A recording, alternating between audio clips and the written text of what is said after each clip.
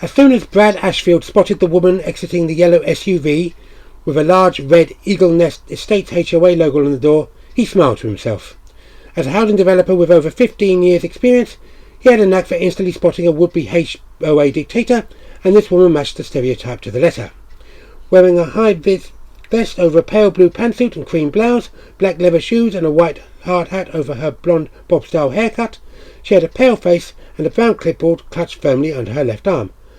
"Good morning," she said as she reached him, with a fake smile on her face. "My name is Dolores Catamore, and I'm here as acting president of Eagle Nest State HOA for an inspection of the houses you're building to ensure they conform to official standards." At this, Brad chuckled, accepted and pocketed the business card she offered, and looked her straight in the eyes. "Do you have any written authorization for that? I only ask because, as you can see, this is a private development located at least half a mile from your jurisdictional boundary." Dolores briefly flinched before responding. "Nonetheless, Mr. Ashfield, is it?"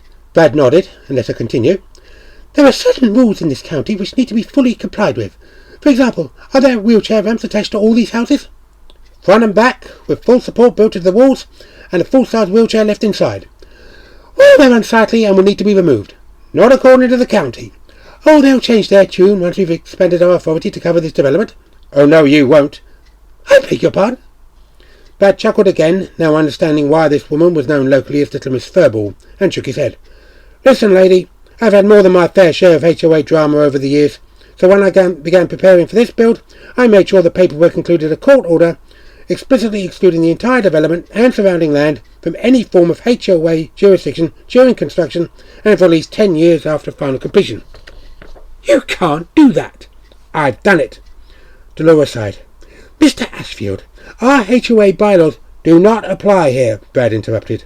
"In any case, HOA bylaws, policies, rules and regulations are automatically subordinate to county, state and federal legislation, such as the Americans with Disabilities Act, specifically Title III, Public Accommodation and Commercial Facilities, as well as the Accessibility Guidelines and the ADA Standards for Accessible Design 2010.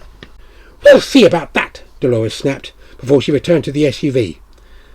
As she drove off, Brad called the HOA's main office and gave details of the encounter to the secretary, who told Brad of the HOA's plans to hold an emergency meeting as soon as Dolores returned. The fallout was swift.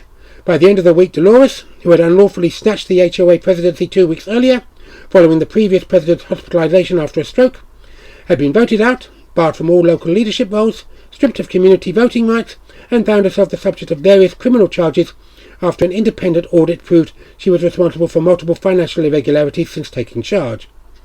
Following this, the residents voted to replace Eagle Nest Estates HOA with a community cooperative and apply for a 10-year court order excluding the community from any form of HOA jurisdiction. I hope you enjoyed this video. If you did, feel free to like and share. Also let me know what you think in the comment section. Please subscribe to my channel if you haven't already done so, and click the bell icon to be notified about new videos. Thanks for watching, and I'll be back soon.